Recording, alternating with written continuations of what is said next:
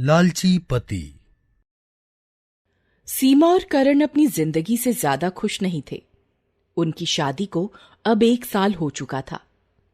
सीमा अमीर परिवार से थी और बचपन से ही खूब लाड प्यार से पली थी। पर सीमा का पति बहुत लालची था।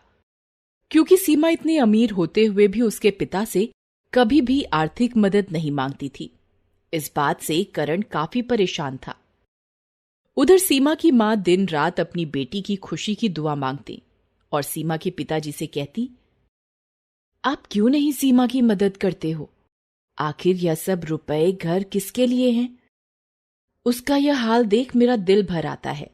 अरे भाग्यवान, क्यों चिंता करती हो?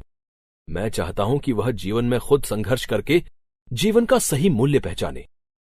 मैं भी पिता हूं उसका। तुम दिल छोटा ना करो। पर यह सब बातें सीमा की मां को ना समझा पाती। एक दिन की बात है। सुनो, मैं 2 दिन के लिए शहर से बाहर जा रहा हूं। तुम अपना ख्याल रखना और सीमा की ज्यादा चिंता मत करना।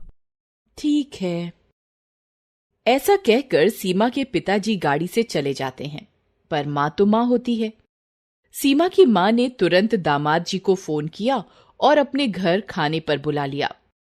और सीमा के पिताजी को पता न चले इसलिए सब नौकरों को भी 2 दिन की छुट्टी दे दी और खुद रसोई घर में जाकर स्वादिष्ट पकवान बनाने लगी। सीमा और करण भी शाम तक अपनी मां के घर आ गए।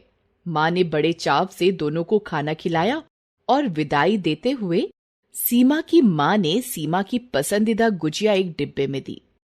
सीमा का पति थोड़ा नाराज हुआ और सोचने लगा, इतना रुपया पैसा होने के बाद भी बस 1 डिब्बा गुजिया ही दी। मेरी तो किस्मत ही खराब है। बेटी उस डिब्बे को लेकर विदा लेकर चल दी। रास्ते में सीमा के पति ने कहा, इतनी गुजिया का हम क्या करेंगे? कौन खाएगा इन्हें? लाओ, मैं इसे मिठाई वाले के यहां बेच आता हूं। सीमा उदासी से वो डिब्बा करण को दे देती है। करण वो डिब्बा गुस्से से लेकर दुकान पर बेच आता है और दोनों घर चले जाते हैं। वहां सीमा की मां सब्र की सांस लेती है कि अब उसकी बेटी अपना जीवन खुशी से बिताएगी, क्योंकि हर एक गुजिया के अंदर उसने एक सोने का सिक्का छुपाया होता है। पर किस्मत को कुछ और ही मंजूर था। अगले दिन सीमा के पिताजी शहर से आते वक्त उसी मिठाई की दुकान पर गाड़ी रुकवाते हैं और पानी खरीदते हैं। गुजिया देखकर उसे सीमा की मां की याद आती है और सोचने लगता है, ये गुजिया सीमा और सीमा की मां को बहुत पसंद है। ये खरीद कर ले जाता हूं। क्या पता सीमा की मां का मन ठीक हो जाए। इसी विचार से वह डिब्बा खरीद कर घर ले जाता है और सीमा की मां को कहता है, सीमा की मां, ये देखो मैं तुम्हारे लिए क्या लाया हूं। ऐसा कहते हुए वह डिब्बा सीमा की मां के हाथों में रख देता है।